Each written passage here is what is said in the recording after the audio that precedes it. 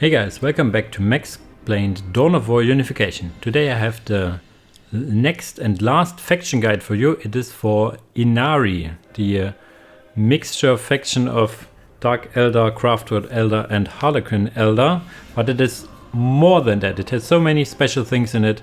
Its creator Fuggles calls it his magnum opus, so its greatest achievement overall, and you will kind of see why he thinks it's so. There's some lore behind it, that they have a quest to do stuff, but I'm not a lore guy, so I cannot tell you more about it. But they have a lot of special things going on for them, and we will see all of them, I hope, in the save game I've prepared. And here we are in the save game. As usual, we will start with the resources and unit caps. The resources, as you see, are more or less standard requisition and power. You get requisition by capturing points and building listening posts on them. And power is the same as you would normally get by building generators. What is interesting though about these resources is the when the research upgrades are available. You have your Soul Armory, which is kind of your 1.5, but it has a long building time, so it's more like 1.75, I call it. Enables you to get your research upgrades even before tier 2, the resource upgrades even before tier 2. So you can, in theory and in practice, also in practice, you can get the resource upgrades very early. Your second resource upgrade is tied to your web base support portal, which is your tier 2.5, which is similar to how normal Elder also have their resource upgrades, so early resource upgrades. But it's not the only resource. They also have this resource here, souls, stored souls. This is like 99 souls because it's like death mode, but you have start with 0 and you get new souls for every dead model of your Ynnari fellows. So every infantry model that dies gives you 1 soul after a short amount of time. Souls are used for various things, for using abilities on your main leader, the Ifrain. She has abilities that cost souls. And your relic unit, the Incarn, costs souls. And various abilities not only on your leader but also on your squads costs 1 soul. You can tech up using souls, you can tech up using resources, so you can tech up using souls. And last but not least, souls can boost your economy. There's a requisition soul boost, and if I haven't forgotten to build a generator, you would see there's also soul boost power. So you can boost your economy. This has a global cooldown, so you cannot click this soul boost on every building. It has a global cooldown, which is nice. Same as for power boost. If I build another generator, you will see that it has the cooldown still going. So you can use this to buff your economy a bit, which in turn lets you tech up as well. The cheapest way, if you want to farm souls, if you have to farm souls, for example, you need some souls to get your Incane out, the cheapest way to souls are mimes. Mimes cost 120, so it's 30 per model, and so if you kill them you get 4 souls. So it's 30 requisition per soul in a sense. Higher model counts, more expensive models, of course, higher quote-unquote cost for the souls, but you will lose models anyway if you're gonna fight, and you're gonna fight in Dawn of War, so in the end you can more or less also passively accumulate some souls as well. Okay, these are the resources. Now the unit caps, you more or less have the standard squad and vehicle cap. You start with 10-0. You get +3/+3 for every webway gate, which is similar to Elder. You get 1 more infantry cap for Ifrain if she is on the field. And you get +2 vehicle cap for your webway support portal, and for your massive webway support portal, which is your Titan building, you get +4 vehicle cap as well. Okay. Now we will go over the buildings. The buildings are more or less standard, you could think of. You have like an infantry building, you have a vehicle building, you have a Titan building for unit production, your HQ has a builder and capper and some assortment of heroes. And your souls, you can see this is just how you can show them, basically UI. Then you have your armory, soul armory, which has all your different upgrades. You have a weapon gate, which gives you unit cap increases, but also can do relocating stuff, but that's all. It does not infiltrate stuff. It does not, how should I say, regenerate stuff. And you can, of course, put your units inside these weapon gates and pull them around. Listening posts are more or less standard mines, generators, the craft platforms, but similar to the craft platform and the listening posts are similar to the resource upgrades. You can get an LP3 in tier 1.75 because they require this soul armory. Similar, you can upgrade your craft platforms to D-cannons in tier 1.75 as well. So all these things get a little earlier in a sense.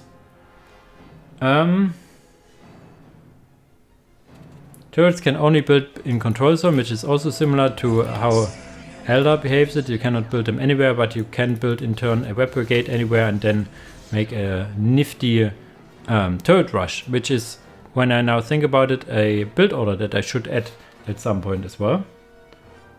Okay. Yeah, and last but not least, you can, if you build a new infantry building, just to show you, and this is also true for the support portal, you need to get these add-ons, so these more or less, how would I call it? Aspect stones for the craft world, for the Dark Elder and the Harlequin. Similar is for the web-based support portal. You see here the 3 add-ons for the vehicles. So you need to get the add-ons first before you can build units for the certain faction. Okay, I think this is all about the buildings. We will now jump over to the units. And before we talk about the units, we will talk about the passive. Maybe we will quickly build something here. Let's say we build some Hellions and some other random squad. And if they die, you not only get souls, you can also now maybe look about the movement speed of these guys and the list the hit points on the bottom. The hit points increase and the movement speed increase. This is because there are dead Ynnari around. This is only a short amount of time. You get increased movement speed around dead Ynnari, and we can see the AoE is about, it's about here, and the duration isn't the longest. So if you lose some units, your remaining units get a speed in maximum HP and speed in HP regeneration and in accuracy, so in DPS you could say, if the weapons haven't got true shots already. So you see the duration is, I didn't look here, but maybe 10 to 15 seconds. So it's nice, especially for melee based squads, because they need to close the distance, and if one model for them dies, they get faster. I mean, it has a little time before it activates, so if the enemy continues to run away from you, it does not connect. But it could be a good way to retreat, for example. And having more health and damage is never wrong in an extended fight. Okay, so we have this out of the way. This is true for all, or should be, I think, true for all infantry. Heroes are excluded, vehicles are excluded. There are some infantry squads for which it does not work, but I talked to Fuggles, who is the creator of this mod. This is probably an oversight and will be fixed for 7.0. Okay. With this special mechanic, so you'll see a lot of special stuff. This special mechanic out of the way, we will now more or less start talking about the units the normal way, starting with the builder unit. The builder unit is a bone sinker, very similar, or let's say exactly like the Eldar bone sinker, except it does not have Wraith Tomb. It can jump, it can build, it can repair. And your hero units are only 3. Your commander units, you have Yvraine, which is our primary commander. She cannot be attached. She has, in the end, 4 abilities. The first one, Gaze of Innate, she starts with, is free of soul soul charges, you could say. So you can use it whenever. It's off cooldown. It's basically a single target ability that deals quite a lot of damage and slows the enemy target. So you can snipe builders with it really good. You can slow down enemy commanders to catch them. The slow actually works on the whole squad, because when one model in the squad is slowed, the whole squad wants to stay in cohesion, so you can also use it to slow a whole squad. Then you have Unbind Souls. This is a debuff to an enemy squad, so they take more melee damage, so you can use it even in conjunction. You gaze them, you unbind them, and then your melee squad can close the distance and deal more damage. Then we have the Word of the Phoenix.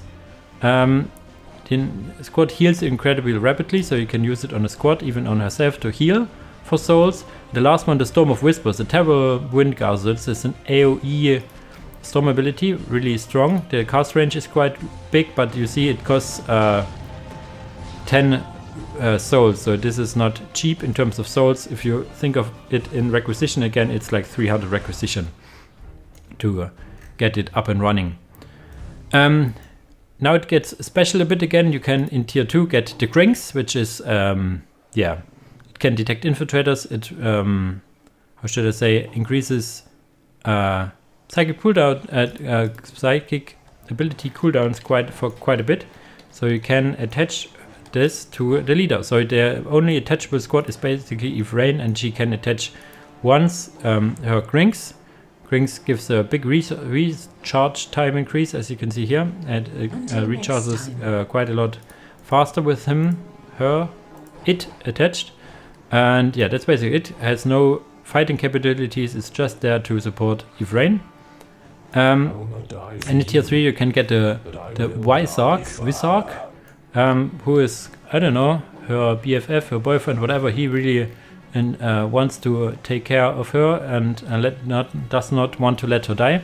And yeah, as it states here, when attached to Ynnari, protects her from harm and also increases her survivability. So they are more or less a dream team in melee, because they are both very good in melee. They have both shuriken pistols as well, so can more or less be used in range as well. So this is how you can use these squads in conjunction, so you can attach them to Ynnari, which I find really interesting. As we are now here, we will also talk about a relic unit. It's Incarn. And Incarn is melee unit. Has a passive ability in the sense that it says it causes nearby Ynnari to ignore mortal wounds, so they cannot die around him, and it gets stronger the more Ynnari are around him. So if it cannot fly, but we will move it over to this Ynnari squads here. If there are no around, it gets down to 9,000 even. Okay, I thought it was 10,000, and goes up to, I think, 17,000 is the max. Yeah, this is the max. If you have enough Ynnari around it, it will have quite a lot of health. And you see here the buff it projects on Ynnari units. Okay, did I forget something I wanted to tell you? No, we will talk about this weapon upgrade here in a second, later on. Later on. Or now? Okay, let's talk now about it, because there's another special thing for the Ynnari. These are the Crown Sword shard locations. These are spawned more or less random on the map, on map creation. It is more, it has some weight to it, so it's more or less, most of the time it's like 2 closer to the enemy base, 2 closer to your base, and 1 in the middle. And so there are 5. These does not grant you anything by themselves if you have only 1 or 2 or 3. If you have all of them, you get the Crown Sword enabled here.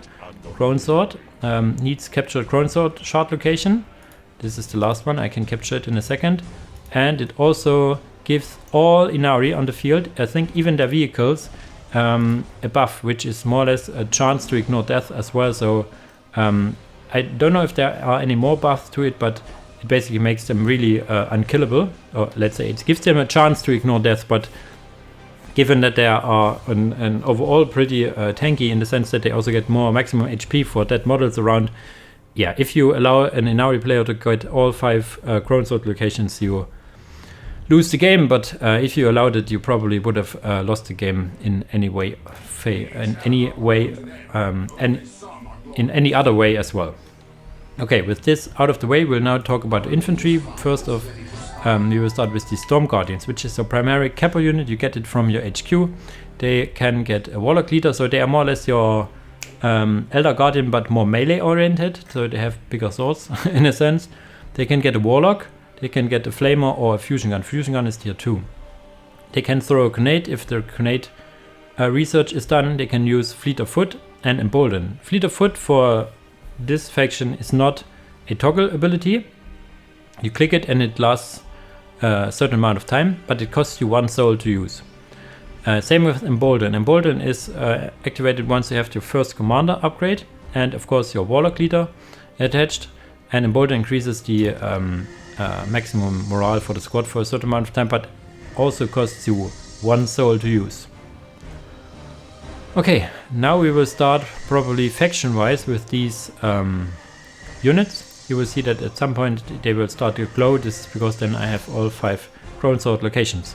The first craft world unit is a ranger. Ranger, as you can see here, can get an upgrade to be infiltrated. It can use fleet of foot, has long range, needs to set up to fire, and has quite a lot of morale damage. I think this glowing is gonna be a little annoying. I will probably reload the save file, but I want to show you that if Rain, the Incarn has now this powerful sword and does deal more damage. So yeah, I quickly reload so you don't get, I don't know, bright eyes or something. So see you in a second. Okay, here we are again without all the glowy elder stuff, but if you see them glowing running at you, you can type in GG, but yeah, that's your fault for the most part. These are your tier 2, tier 1 unit. Your tier 2 unit you get enabled are your Striking Scorpions. Striking Scorpions are melee superiority unit, really fast, can use fleet of foot as well, can get a Striking Scorpion Exarch to increase their health. Or implies also increasing their hit points, yeah, so they get even more health and they can get infiltrated. No other abilities for them. In tier 2.5, so let's say web rate support pole, you get access to the Swooping Hawks. The Swooping Hawks normally are really fragile, but the Ynnari variant gets a lot of health upgrades, various health upgrades for them. Get also a Swooping Hawk Exarch, which increases the damage of the squad, and they can jump. No other abilities for them. And last but not least, in tier 3 you get access to the Corsair Heavy Weapons, which is a completely new unit you do not have access to in the standard Elder. For them, these are your, yeah, as it says, heavy weapon team, more or less like a Devastator but better. They have Shuriken, like, I don't know Elder weaponry, so I'm sorry, but they can get Star Cannons for anti-infantry missile launchers, also for more or less anti-infantry. It does really good knockback and morale damage, so the damage by itself isn't the greatest, but as I said, morale damage and the AoE disruption is really good. And last but not least, you have Bright Lances for anti-vehicle stuff, long-range anti-vehicle. And Fleet of Foot they have also, which costs you a soul. Okay, these are your craft world units you have access to, and then you have also Harlequin units available to you, and these are, where are they? Where are they? Here, the mimes. The mimes are more or less the mimes you know from Harlequins. They cost here 2 pop cap, which is probably an oversight as well. And Harlequins, they cost you 1. They get a mime leader, master mime. They can get infiltrated. They can get special weapons like Harlequin Quiz in tier 1, Neuro Disruptor and Fusion Gun in tier 2. Get also these fancy armor in tier 3, but they how should I say, they get access to all the armor upgrades, the HP upgrades, and then in tier 3 they also get these fancy glowy stuff, which lets them dodge enemy attacks. In tier 1.5 you get access to your tropes. The tropes are your melee unit, can use hallucination grenades if they have the trope master and the research for it, and they can also get Harlequin Kiss for some increased melee damage. Sadly, they do not get their jump ability that they can get from Harlequins. Then in tier 2 you get access to the Death Jester. The Death Jesters are, yeah, ranged. How should I say? They are not the fastest. Okay, they are quite fast here, but the setup time is, they need a setup time. They cannot fire on the move. They do have quite a long range, deal really good damage against infantry, but nothing else. But they can get Bright Lances here in Ynnari, even in tier 2. In Harlequin they get it in tier 3, but they have no abilities. Normally they get like 2 abilities, Shuriken Toss or some song thingy. They now have no other abilities here. And your tier 3 units are your Shadow Dancers. The Shadow Dancers is a really good melee unit. It is really tanky in the sense that it also can deflect enemy attacks. It can get fusion pistols and a Harlequin kiss, depending on if you want to use them in close range or in melee. And they can also use the Shadowrun ability. The Shadowrun ability does not need to get researched. In Harlequin they need to get researched, but costs you 2 souls. It is really good though. They get they are infiltrated and move faster. Cannot aim and fire the ranged weapons, but they can surely use their melee weapons while in this Shadowrun mode. So yeah, really nice. And lastly, your Dark Elder units are your warriors. Pretty much standard in the sense that you can get Shredder Rifles in tier 2, Dark Matter Blasters in tier... Shredder Rifles in tier 1, Dark Matter Blasters in tier 2. Shredder Rifles actually in tier 1.5. Yeah, you can get up to 3. Can get Warrior Superite, which can throw Terrorfax grenades, which in turn needs the grenade research. In tier 1.5 you get access to your Hellions, which is your jump squad. You can get a Hellion Succubus. They can jump, and if you have the Succubus they can use the tracking device to attach to enemy unit, which then gives them vision over the unit. In tier 2.5 you have access to the Witch squads. The Witch are your melee unit, rather tanky, really good against commanders in particular, and you can use combat drugs. Combat drugs grants morale immunity and increased attack rate, so it's damage buff. I'm not sure, is it 20% or something? It's like a significant damage buff, and the morale damage immunity is really good as well, so more or less support. And now that you have access to more than just Dark Elder unit, you can use, for example, to buff your Death Jesters, which is a potent combo in tier 2, having Witches and Death Jesters together. And in tier 3 you get access to the Trueborn. The Trueborn are more or less warriors on steroids, you could say. They are really tanky, have, well, depending. For Dark Elder, really tanky. Get a really cool leader, the Drakon. The Drakon also can use Terrorfax grenades, and they have access to Splinter Cannons, Dark Lances, Shredder Rifles and Dark Matter Blasters. So a whole assortment of weapons for any situations. Any situation that may occur. Okay, these are your infantry units. We will now jump over to the vehicle units. And the vehicle units are also categorized here in the 3 branches, you could say. First, the Craftworld branch. The Craftworld branch has your Warwalker. The Warwalker is different than your Elder Warwalker in the sense that you can upgrade the weapons independently. Like the left weapon can you upgrade, and the right weapon you can upgrade. They cycle through. The first one is like the Scatter Laser. Then we will see the next one is the Star Cannon, then a Missile Launcher, then a Bright Lance. But you can upgrade left and right independently. So for example, I like to have a Missile Launcher on one side to have the morale damage and disruption, and then the second one the Star Cannon or Scatter Laser for anti-infantry, for example, or even then later Bright Lances. It gets a jump ability in tier 3, not earlier. Later on in tier 3 you get access to the Wraith Blades and Wraith Guard. These are Wraith units. They cost souls to produce because, yeah, they are souls units. They have a Spirit Seer leader, so they can get a little faster on their feet. The Wraith Blades can get dual Ghost Swords, and the Spirit Leader grants them access to Fleet of Foot and Embolden. Fleet of Foot and Embolden also for the Wraith Guard, and can get assortment of ranged weapons, Bright Lances and Star Cannons we know already, but have also special weapons like the Shadow Reavers and the Viper Cannon. And last but not least, in tier 4 you have access to the Night Spinner. Night Spinner is an artillery vehicle for Elder, which is more or less unheard of, you could think of, so it's really good having an artillery unit for it. It can also jump and can act, how should I say, use a shuriken catapult at the front. I think it's on the front. You have like these 2 weapons here, so if I upgrade it, it will change to shuriken catapult, right? Yes, so there you have it.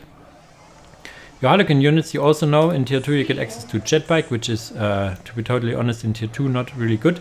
It's good in tier 1.5, but not good in tier 2, so I would normally never get it. I would rather get Venoms. Venoms are really good. This is a jumping transport you can access in tier 2. In tier 3 you get Wraith Walkers. Wraith Walkers normally you have access in tier 2, I think, for Harlequins. Here you get them in tier 3. Have the Repeater Autocannon for anti-infantry or a Bright Lance for the shoulder mount.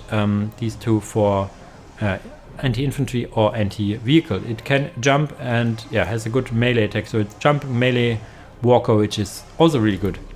And last but not least, the Mockingbird. Mockingbird is one of the best vehicles you can see here. It has really good disruption, really good damage, can jump, and has these Harlequin disruption fields you can see here. You can upgrade them here as well to give them the possibility to deflect damage. Then you have your Dark Elder units, vehicle units, and these Dark Elder units are your Talos, which sadly has no ability. It's just a melee crab-handed specialist, really tanky in a sense. And in tier 3 you get access to the Raven. The Raven is your aircraft, good against everything basically, can have a short circuit to stun vehicles or buildings.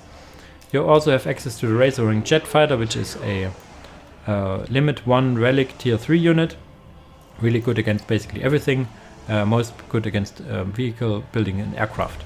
And in tier 4 you have upgrades to the the possibility to get the Ravager. The Ravager starts off to being good against buildings, vehicles or aircraft because it has these 3 guns here, but these 3 guns could be all upgraded each or only a few to get a disintegrator, which is good against infantry. So you have the choice, let it be good against infantry or good against vehicles or a mixture of both. And last but not least, it has this Horrorfax bomb, which is a little bomb it throws, which causes infantry to run away. So it's a terror ability, you could say. All these tier 4 units, the Nightspinner, the Mockingbird and the Ravager, have a shared cap of 2, similar to which I didn't tell you, the Corsairs, the Shadow Dancers and the Trooper on the tier 3 infantry also have a shared cap of 2. So you can get 2 of one, but then you cannot get any of the others. Now we will talk about the Titan unit. The tier 1 Titan unit is a Void Dragon Phoenix, which is your tier 1 Titan unit for Dark Elder, so nothing special here. It's really big aircraft, a really big health pool, fast and good damage.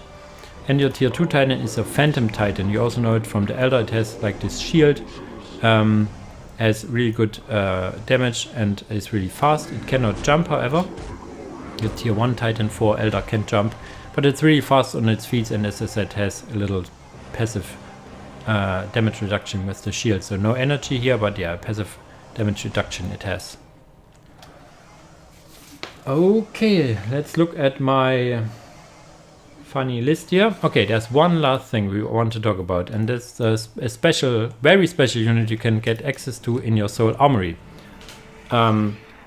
Now this is the part where Fuggles hates me a bit because I'm gonna spoil it.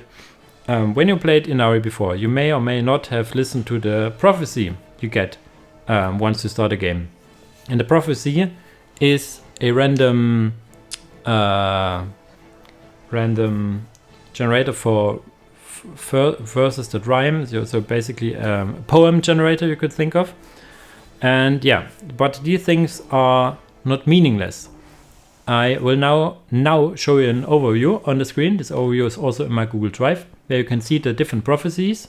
And there are 4 different rhyme schemes, from which 4 are randomly chosen. Like the first rhyme schemes is all about come, done, won, spun, run, hum. The second one is war, before, whatever. And the third one is red, spread, dead. And the last one is fight, delight, pride, and so on and so forth. So one of these 4 is randomly chosen, and then in one of those there are 4 of these 6 rhymes chosen randomly as well. And these rhymes verses are referring to a special unit type and faction. So you have the 3 factions, and it can be infantry or vehicle. So let's say if it says in Masks of War they fight, it means you need to build craft world infantry. Which of the 4 craft world infantry you need to build, and if it's 1 or 2, it's random. So it could be craft world infantry, it could be rangers, it could be striking scorpions, corsairs or swooping hawks, and it could be 1 or 2. For rangers, of course, as they are limited to 1, it could only be 1. Similarly, if it says like they enjoy the fight, kill till it's done, it means Dark Elder infantry, and so on and so forth. You see the symbols on the right. The bottom one is then for vehicles. Let's say paint armor bloody with life that has run. It means build Dark Elder vehicles. So there are 4 of these chosen randomly, and you need to complete them in order. So let's say the first one was, as I said, in Mask of War they fight. So you need to get Craft-World Infantry, and then it says the first part of the prophecies has complete. And then you need to go to your HQ and says click this button, reveal the next steps. So then it checks for the second part of the prophecy. When you have completed this one, then you can click it again for the third part and click it again for the fourth part. And if you have completed all 4 parts, prophecies, you get a special unit. Yeah, and I have, in this save game, I have already done 3, or I have completed all 4 prophecies, but I have not clicked the last button. So if I reveal the next step, it will says, the prophecy is fulfilled, paving the way for all children of the Ynnari. And this gives you access to 1 special unit, the Titanic Krings. There you have it. It's like a big old caddy. Actually, it can be attached. I didn't notice that before. It can be attached to Ephraim. So they are now. She has now a big caddy instead of a small one. There you go. Really big unit, costs you 500 acquisition, 500 power. Really tanky in itself. Let's have it on her own. It's like 15,000 HP, melee only. Yeah. So you only get this beast if you have completed the whole prophecy. It might seem a little strong and overpowered, but again, I have to say you need to get 4 specific units, even like 2 of 1 specific units, and like 4 specific units randomly chosen out of 6 possibilities or so. And it's like really hard to get going, other than in a single player game. What it in what format it could be used in multiplayer is in team games. As the prophecy, if it's fulfilled, it is the Titanic Krings is enabled for all Ynnari players, friend or foe. So if you have like an 2v2 or 3v3 with 2 or more Ynnari players on the same team, one could go for the prophecy, whereas the other one is more or less playing normally. And once they have the prophecy fulfilled, they can both field this Titanic Krings here. Krings, whatever it's pronounced really. I'm not really sure how it goes with the prophecy. If like one has fulfilled one prophecy, part of the prophecy, and the next one the second one. I'm not really sure how this is really checked. But what I know for sure is that it's enabled for all Ynnari players in the game. Yeah, and one last thing, I have not upped the prophecy overview, but you saw that the last line was red. This was because it wasn't working for me. It may work for you, but at least for me it was not working twice in a row, so there may or may not be a little bug involved to it.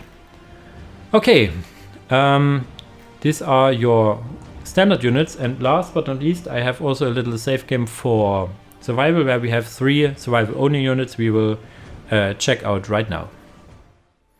And here we are in the save game in the survival. We have 3 special survival units. The first one is the Dire Avenger Squad, so if you have played version 6.9 or 6.9.1 I think, they were your tier 1 Craft-World units, got replaced by the Rangers because they were too similar to the Warriors, for example, because they are like medium ranged infantry. They are in a sense numerous, really big. Wow, expensive to reinforce, interesting, and can use fleet of foot. So yeah, there you get those you get in survival here. No other special abilities for them. In tier 2 I think you get Shining Spears, which are Craft-World, how should I call it, jet bike riders. I mean, you have similar things for Craft-World for the standard Elder in tier 3 now, but these are a little different in the looks and all. You have ranged weapons here, it looks like it. Yeah, ranged weapons, but also can use melee, can jump as well, but no other special abilities. Last but not least, you have the Firestorm, which is an more or less, what is it called? Vehicle tank, basic transportation capabilities, rounded Falcon crafting specialized in anti-aircraft mission. So it's an anti-aircraft Falcon you can think of. I think this one was also a survival reinforcement for Elder, I think. Yeah, so these are your special survival reinforcements you have access to if you're playing Ynnari. Okay, now with all the units out of the way, we will jump into the tech trees. Here we are on the tech tree document. One note before we go through it, I have everything that costs souls surrounded by red or have like these red linings to it. So you know if you see this ability or tech or whatever unit, you see that it requires you some souls. I think I also have a little mistake that I will, I just noticed as I am talking about, yeah, your titans do not cost souls. I will change that as soon as the video here is done. You can see here that the upgrade for the tier upgrades is always with resources or with souls. The different tiers, I have told you about the units. We will now talk about the upgrades. You can get the grenade upgrade, the fleet of foot, and the infiltration upgrade. Infiltration is used for all 3 squads that can infiltrate. So it's the Mime, the Rangers, and the Striking Scorpion. This is your upgrade for your commanders. So let's say the Ynnari, the Visarch, and I think your relic unit as well, I'm not sure. Also gives access to the Warlock Embolden ability. Then you have all the 3 different abilities for Ynnari you need to research.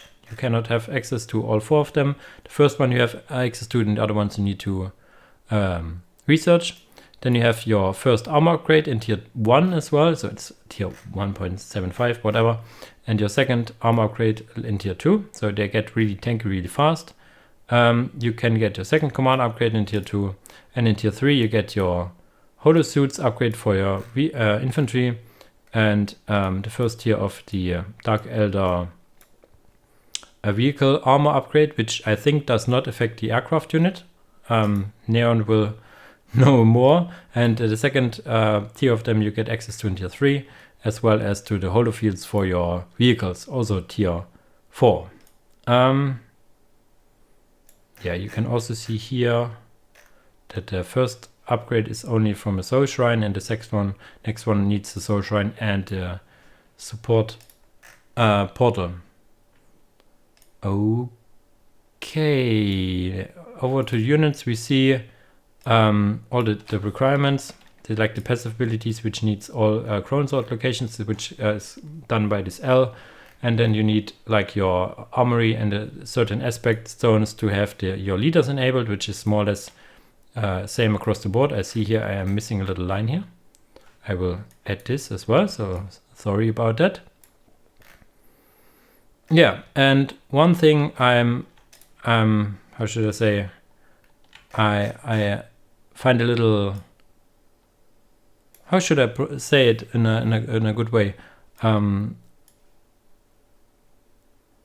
I'm a little sad, or I dislike a bit that the Ynnari units have so little abilities.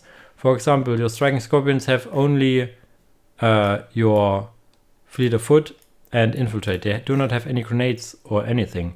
Your Swooping Horse can only jump and fire, nothing else. The most apparent it is for me for the Death Jesters, which only can fire and move. They don't have a shuriken shot, or they don't have like the little song. They can do nothing. Similar to the tropes, they can only attack. They can throw a grenade, yes, if you have the leader. But what is with the passive jump ability, for example? So some of them missing their abilities they have in the main faction they're coming from. This is more or less intended, I was told to, because this, for example, why would you play Harlequins if you could play Ynnari or something like that? But that's, yeah, okay, so let's say it's on purpose, but I still does not like it. I have some suggestions. Maybe they will get some more abilities in 7.0, or maybe not. It's all about devs in the end. It is their mod, and they can decide. Let's talk about tier ranks. Tier 1 is really interesting in the sense that you can get a lot of different units. You can get Rangers, Warriors, and Mimes. And if you build the armory, you can get Hellions and Tropes as well.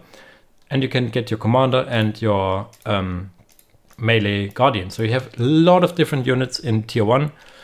in tier 1.5, so you can get very varied openers. You can get one faction openers, you can more branch openers. There's no real limit because these faction add-ons here only cost you 50 requisition, and some time, of course, but it's not like a big deal to get all of them, so you can mix and match how you like.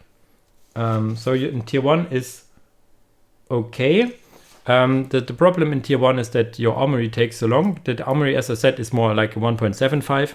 It grants you access to stuff early, but this also means that it grants you access to certain stuff late. So your grenades, your fleet of foot, and your infiltration, for example, is really late to the party. So if you want to get like infiltrated units really fast, you won't get it as fast as for other factions. So this is sometimes a real downside. And I'm not really sure how strong Ynnari are in grand scheme of things. They look really strong if you look at all the different possibilities they have. But that's maybe a me problem. I couldn't make them work in PvP really well. But as I'm not the measurement of faction strength, sadly you don't see enough Ynnari to get a feeling from replays. So to the peoples out there, the PvP players, play more Ynnari and send me some replays. I'm really interested to see how strong they are compared to different factions. But yeah, in my book, the tier 1 is okay. Tier 1.75, if you can get it, is good. And in tier 2, they get really good because they then get access to really good units with their witches, with their death jesters, with the venom, the warwalker. These are all really good units. Some more upgrades in armor department. Tier 3 is also really good because you can get your tier 3 infantry however you like it. You want more melee, you want more heavy weapons, you want more big Dark Elder infantry that shoots stuff. And you can get more vehicles, which are for the most part all really good, like the Wraith Walker is really good. The 2 flyers are really good. These Wraith Knights and Wraith Blades are situational. I couldn't make them really use in Elder as well because I find them really slow, which is the point of them to be slow. But I think it is in the right circumstances they can be really good as well. In T4 is okay, you could say, because you have only access to 3 more units, which you can only get 2 each. So that's basically it for tier 4. It's like these units and of course a relic unit, yeah. But tier 4 is yeah, rather slim, you could say, and your titans yeah, are right at how should I say, normally you have a little more units before you get to your titan class. There are like Elder, for example, has a lot of heavy, how should I call it, super heavies and stuff. So the tier 4 is still relatively light compared to other bigger factions, you could think. You could say, but nevertheless the tier 4 is okay. I think the strongest tiers are tier 2 and tier 3. So if you want like a power spike, where you want to attack with Ynnari, it would be tier 2 or at latest tier 3. Tier 4 can be really good as well, but yeah, you want to have some of the nice units up earlier. Okay, with this out of the way, we will now jump over to the build orders. And here on the build order document, before we go through it, I just noticed that I was a little complaining too much, I think, about them. Ynnari, I am a big fan of Ynnari. I was a big fan as soon as I got access to them in the beta. I was rooting for them, getting some suggestions in the beta as well for them going. And yeah, I really like how they worked out in the end. As I said, with the abilities, I'm sad is the wrong word. I would like to have more abilities on the units, but overall they are really nice. You see that in the build orders. I have 8 build orders, and I will add a 9th one at some point. Maybe if by the point of watching this, you have a 9th build order already in the Google Drive, where I have all my build orders, all my tech trees, all my documents, and whatever you can find in my Google Drive. The Drive link is in the description. So if you want to learn more and see some more graphs, data, tables, whatever, all they are listed for you.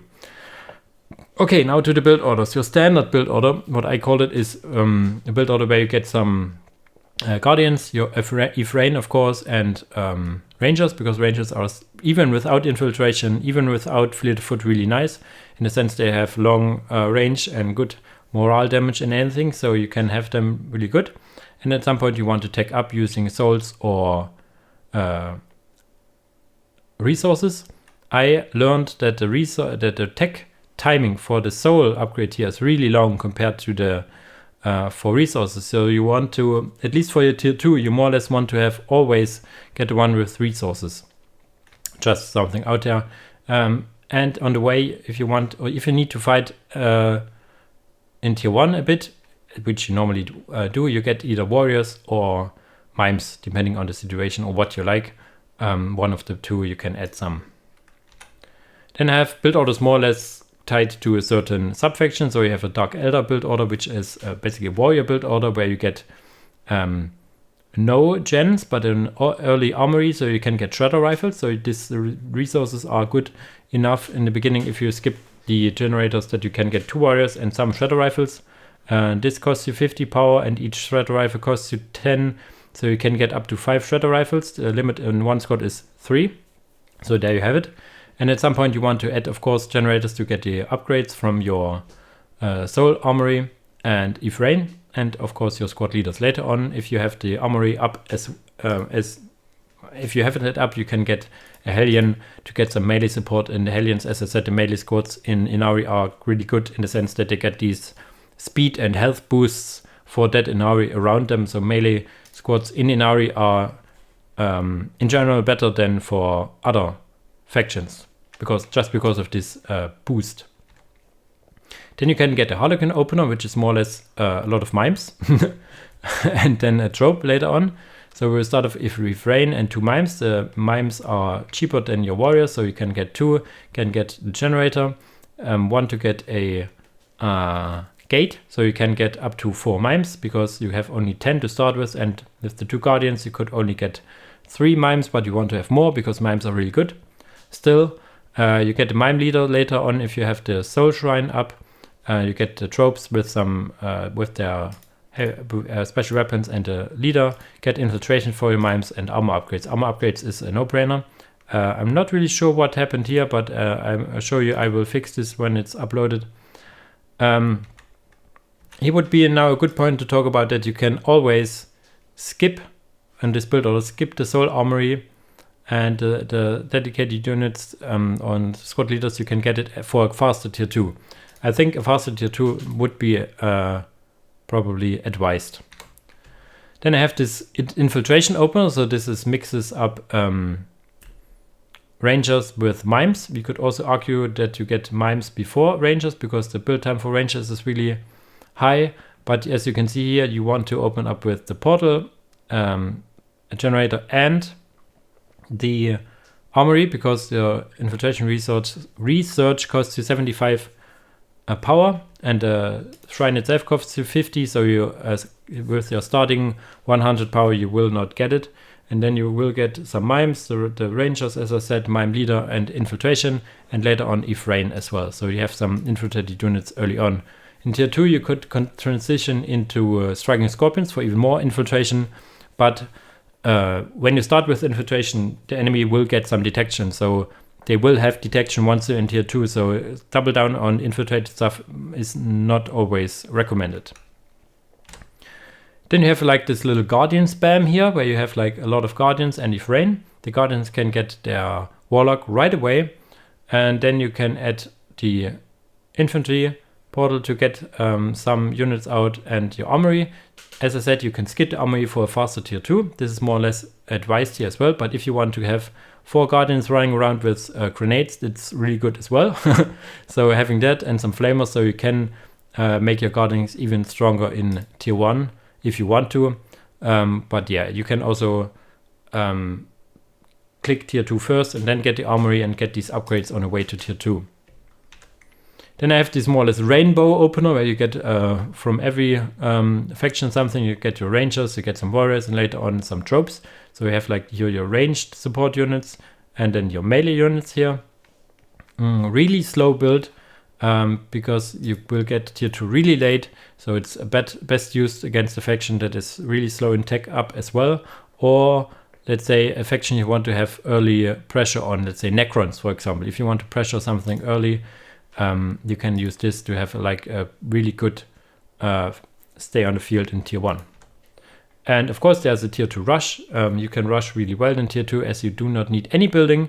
You can build 2 generators, get some guardians and your second builder, and then click the tier 2 research. This is very, very dangerous, even more dangerous than other factions, as you cannot get Ynnari out, you cannot get any more units out, you would need to build infantry portal. So tier 2 rush is really, really dangerous. On the bright side, you do not need any buildings or units or whatever to get your vehicles, your support portal out. So you can build just this, get tier 2, get some really fast vehicles. But yeah, high risk, high reward. And last but not least, this is a very finicky build order for a eco boom. So you get only 3 guardians to have something on the field, and then you get all the different buildings here, and then you get the economy upgrades as soon as you can. As you see here, you get also like 4 generators. So this is like big old eco boom, upgrade all your listening posts, have a lot of income, click tier 2, and in tier 2 buy everything you can, basically, because you have such a good economy. This only works if the enemy is really passive. So this is also something you can do, for example, against Necrons. As I said, Necrons are not known for the early aggression, but also, for example, Emperor's Children, if they do not rush you, if they just get some, as a number 1 on the ladder, for example, who is really passive in tier 1, you can just match his passiveness with some even more greediness, you could say, but must be ready in tier 2 to face his units. So this will give you quite a lot of economy, not a fast tier 2, but yeah, you have then a lot of resources to play around if you come to tier 2 unscathed. I will add a 9th build order here, which will be a turret rush, very similar to the turret rush of Elder, and it will be also really, how should I say, memey. It's not the optimal way to play, but when you will look in the drive, probably at the time of watching this video, we will see the 9th build order here. As usual, I will finish my guides with a replay. I myself, as I said, was not able to get Ynnari really to work in a multiplayer. This may or may not be a reason because I was fighting against Kukai, who is the number 2 on the ladder, who was just wiping the floor with me. So it may not be the faction, it may or most likely is a me problem. So we will see a replay, which I have to say, thank you guys, sent Necrotechnica, aka Dimdol versus Rex. So they were actually playing a game just so they can send in the replay to me. So thank you guys for your support. So see you in a second in the replay. And here we are in the replay where we see Necrotechnica, aka Dimdol, versus Rex playing the Ynnari. Necrotechnica were Imperial Guard. So we see the little these were Dark Elder Infantry, Craftwood Infantry, Harlequin vehicles and Craftwood vehicles, but yeah, I don't think he goes for this. He actually goes for Dark Elder Infantry first, has 1 Storm Guardian, gets the 2nd Storm Guardian, goes for 2 builders. So he goes for not 1 build order I was going for, he goes for warriors and a generator, so he has some resources to upgrade his listing post. Here we are, see the Storm Guardians capping this point. And you can see here also the Crone Squad locations. One is right next to the HQ of each other, and one really close to the first first strategic point, and one more or less and in between the bases. So you cannot get 5 without basically winning the game already. So it's more or less a little quest you can do in your single player experience, as I would say. So the first warrior squad is out. No second warrior squad on the way yet, because he wants to get up his listing posts, of course. And Ynnari is almost done here. So we see now these warriors trying to harass some units. We will see a heavy bolter turret being built here on a pretty defensive position. You can, yeah, it's pretty good to get the strategic point and your relic defended by this heavy bolter turret, more or less I would say standard position. You also have this light cover. If you want to have some units repairing it or defending it, you can have this light cover here. But when there's everything done here, so he may or may not get a something done on the other side, and he can decap this point here. Has now a second warrior squad out, so he has like 2 warrior squads and Ynnari, and probably is busy reinforcing them for quite a lot of requisition and getting his own economy up. And then we will see if he adds in Soul Armory or if he techs to tier 2, we will see. Tier 2 teching would be probably better. And here we see the gaze of the init, or whatever it's called, the first ability of Ynnari kills workers really fast. Even Techtrees, as you can see here.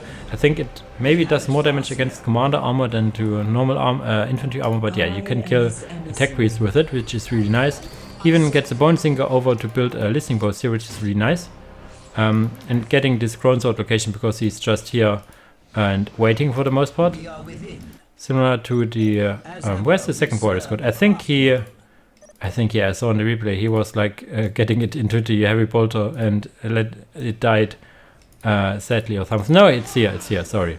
But yeah, there will be happening something unfortunate with one of the warrior squads in the near future. So he has now this point of the enemy, which is really nice, so that's something you can more or less settle on. But now he wants to get, how should I say, wants to prevent this relic from going up. So he stands here, gets another worker kill, probably with this, yes, another worker kill. Now tries to focus down his heavy bolter turret, but heavy bolter turret is microed against the warriors and not against Ynnari. So the warriors get quite a lot of damage and Ward Squad even dies. So this was a little unfortunate. Heavy bolter turrets for Imperial Guard are no joke. Even this listening post is now upgraded. He delayed this relic from being built on. If you were, I don't think he could have killed the guardsman. But yeah, really good delaying tactics. Even getting the critical location in the middle now. Does not get this crown sword locations. As I said, this crown sword locations, a singular crown sword location does not provide you anything. It does, however, work like a relic, so you can put a listening post on it. And this is a benefit for certain factions. For example, if you think about Necrons get the time boost from the relic itself, from the, should I say relic, from the obelisk itself. So you get the time boost even of this crown shard locations. Tier 2 is halfway done. Bone Singer's up getting some generators. He has teched with 2 generators, not 3, which you can do if you do not upgrade the listing posts, which he does not. He now starts it to get some more economy in tier 2. Thinking of factions which can get a benefit, like all factions with a tunnel network of sorts, let's say Imperial Guard, Death Cove Creek, they can get the tunnel network access on the crown shard locations as well. Yeah, listening posts you can build on any of those and get guns on it, but it's really expensive because yeah, listening post guns are really expensive. They are more or less meant to be defending your income, and if you have no income, the crown shard locations do not provide you income. They only provide you these crown shards. So that's nothing you would go for in the normal game. Maybe I can think of other factions as well that can get benefits from having listening posts. Let me think a bit. Maybe I will get some. So we have 1 warrior squad upgraded. Tier 2 should be almost done. Tier 2 is done getting now the Krings. The Soul Armory is halfway done. So he gets access to some really good nifty stuff. He has a web brigade here to get some fast reinforcements. And now it's the question, what does he go for? Does he go for witches? Does he go for striking scorpions? Or DJs, as I want to call them, death jesters. So some Storm Guardians on the way to probably attack this Imperial Guardsman here. Yeah, okay, he sees now the mechanized command, so he needs to think of some anti-armor, anti-vehicle. Anti-vehicle that comes to my mind are, for example, warriors with dark matter blasters, but also death jesters with bright lances, or even vehicles. What vehicle would it be? The War Walker with bright lance as well, but it's a really lengthy process to get War Walker to this level. I think Ynnari has sniped another builder unit, so really good at sniping buildings here, which I really enjoy seeing. But now we have, okay, guardsmen on more or less suicide mission here. Are these shredder rifles? Yeah, shredder rifles also deal good damage against light vehicles, so we will see if he can deal with the incoming vehicles at some point. What does he go for? He has a witch squad for melee support. He goes for armor, which is good. This is the forced armor, the reinforced armor, getting more economy, so he more or less has more than half the map, so he can be really, how should I say, happy with it. But there's another builder, 2 builders now. He can jump, probably snipe another one with the ability, but yeah, Ynnari takes a lot of damage here, a lot of damage.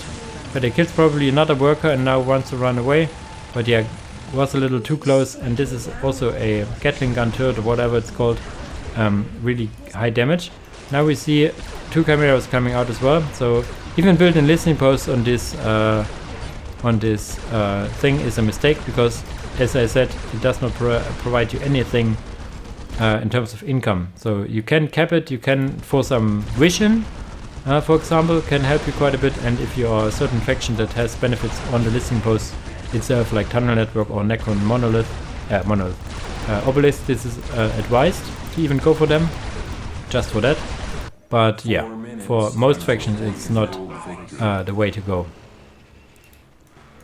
Getting now a craft platform for some D-cannon probably, and this is now the time where he needs to hold. There's a lot of chimeras, 3 chimeras, 4 chimeras incoming, and this is probably not the place where you want to fight. You have a listening post, and oh, there's a chimera just driving through. If rain is back up, we see the drugs used by the witches to increase the damage to warriors. The warriors with their shredder rifles will do really good damage against these chimeras. I'm not sure if Dark Matter Blaster would deal more, because Dark Matter Blasters are meant to be more or less an anti-Titan unit, dealing more damage against higher armor class units, but Chimera is armor class vehicle medium, so they should deal some damage to it in the end. Maybe Dark Matter Blaster would be nice to have, but he has gotten 4 shredder rifles, 3 shredder rifles each. So yeah, warriors are fragile, even for Ynnari. They have now the first armor upgrade. Not sure if they have the second armor upgrade. We have now a War Walker on the field as well, 2 War Walkers as well. He goes for Star Cannon, so he more or less tries to go to Bright Lances here. They will deal good damage to vehicles with their various weapons as well. I'm not sure if he go for missile launchers. No, for the Star Cannons he got. Star Cannons are more or less meant to be heavy infantry, but as you can see here, they also deal good damage against vehicles. More or less good against everything you could think of. 1 warrior squad is down, 1 war walker gets focused. So these chimeras will not be able to go through, punch through, but Imperial Guard more or less stabilized. They have gotten probably their natural post here. They get in another infantry command, a lot of chimeras. They probably have 2 vehicle buildings, don't they? 3, holy shit, so it's like a tier 2 vehicle all in, and yeah, tier 2 spamming fast here. We have a Hellhound now getting focused. Hellhound deals not the greatest damage against the War Walker, but the War Walker is, I think, a light infantry, so it will die really quickly. He would need some Death Jesters with Bright Lances here, would be my idea. I mean, the warriors with the shredder rifles dealing a good damage by themselves. Some warriors coming in, they couldn't get fusion guns as well, but they have got flamers from earlier, I guess. But yeah, we have now turrets up and everything. Gets... Okay. He did not go for tier 3, did he? He gets a Harlequin add-on. Now he thinks about Death Jesters. Getting an extra armor upgrade, which is never a bad idea. As you notice, now we do not get any damage DPS upgrades like normal Elder do, or even Dark Elder do, so they are more or less there to tank the damage and get more damage when units die. GG is called a little early, I have to say, because he has still ways to fight. He has still half of the map he could get a big generator as well, get to the next tier, either using souls. We cannot see the souls in replay, but he could start tier 3 probably with all the souls he has collected, or how should I say, all the souls that lying around. He could go also for the eco upgrades if he hasn't got all the eco boosts. Now getting from resources the tier 3, getting death jesters now, and yeah, but he called it GG earlier, so this is maybe a sign of things to come, that he thinks this is lost. Not sure if he knows something about the tech level. It looks still to all like tier 2 to me. I'm a little ill-advised tech here. If he would have stayed back a bit, he has a D-cannon here. If he would have stayed in the range of D-cannon and maybe even upgraded his listen posts to LP3s, which I normally never ever recommend, but the LP3s do have bright lances and there's a lot of vehicles, so this may be a good way to have an additional bright lances here firing against these vehicles. Yeah, but now we have some death jesters with bright lances. Yes, they also have bright lances going a little close, but they get the witch drug boost to be not be hindered by morale loss here, so they can fire even if they got fired on by a lot of fire. Yeah, I said it quite a lot, I'm sorry. And the witches are standing here getting shot at, so this is a lot of chimeras and hellhounds, so it's like an, as I said, a vehicle tier 2 all in. What is this here now? Imperial Guardsman with heavy stubbers, so yeah, but still it's tier 2, it's all tier 2 and he is tier 3 almost. So, but the resources he lost to he used to take up are missing now in this defense, so it was a risk to go for tier 2, and it could have paid off if the relentless assault of the Imperial Guard would have ceased for only a short amount of time. They would have been able to hold this, but now there's a lot of vehicles, a lot of dead infantry. There's more or less only death jesters here holding line, but there's only like two death jester squads with 2 models each. They do have bright lances, but still the whole bunch of Dark Elder infantry is dead now. And yeah, is there a vehicle on the way or something? He's tier 3, so getting the holo suits, but in tier 3 you need to get how should I say it, the shadow dancers to close the distance, for example, to make use of the holo suits. The holo suits are not well suited. The death jesters do not want to be attacked in the first place. If they get attacked, holo suits, yes or no, they will just die, because they are more or less glass cannons here, which have, for example, which I didn't know earlier, like special attacks in melee, so they can kind of hold their own against melee jump troops, but not against these vehicles. Even more guardsmen now here, 2 squads of guardsmen with heavy stubbers, more hellhounds on the other side. So as I said, it's a vehicle all in from Dimdol, which did pay off in the end. Rex, for as I know, probably doesn't play a lot of Ynnari, made a really good show for them here, although he lost, but yeah, no shame in that. He was valiant in his fighting and could have almost won. So much vehicles from Imperial Guard. Yeah, but with this I will end my guide here. As usual, if I have forgot to tell you something, if I told you something wrong, please put it in the comments. If you have some questions remaining about some of the special things Ynnari can have going for them, be it like special mechanic or unit, please leave it in the comments as well. And yeah, with this last faction guide gone, this will be probably the last guide you see in a while. I will have plans to make like a campaign guide or something, but for now I am really, how should I say, exhausted with all these factions, guys. These took quite a lot of work and time to get going, but yeah, I'm glad that they are now all done. And yeah, in the next version I will get to make new faction guides, but until then these faction guides are now complete again. And as I said, there will be a campaign guide at some point, but not in the near future. Okay guys, as usual, thanks for watching and see you in the next video. Bye bye.